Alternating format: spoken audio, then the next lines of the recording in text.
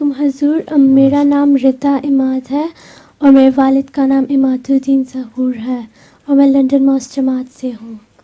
میرا پہلا سوال ہے کہ پرانے زمانے میں جب حکومت جنگلی قیدی پکڑتی تھی تو انہیں رکھنے کے لیے کوئی قید خانے نہیں ہوتے تھے، تو انہیں گھروں میں تقسیم کر دیتے تھے تاکہ انہیں نوکر بنا لیا جائے، تو کیا وہ کہہ رہی ہے؟ سمجھ نہیں آ رہی۔ پہلے زمانے میں وہ کہتی ہے کہ وہ جب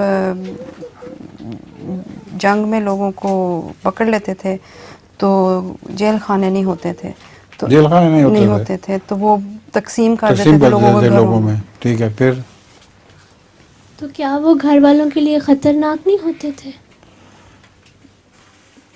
گھر والوں کے لیے خطرناک نہیں ہوتے تھے کیونکہ جنگ میں ہارے ہوئے ہوتے تھے اور ان پر اس غالب قوم کا روب پڑا ہوتا تھا، اس لیے وہ بالکل شرارت سے باز رہتے تھے، اور اگر کوئی شرارت کریں تو اس کی بڑی سخت سزا ملا کرتی تھی۔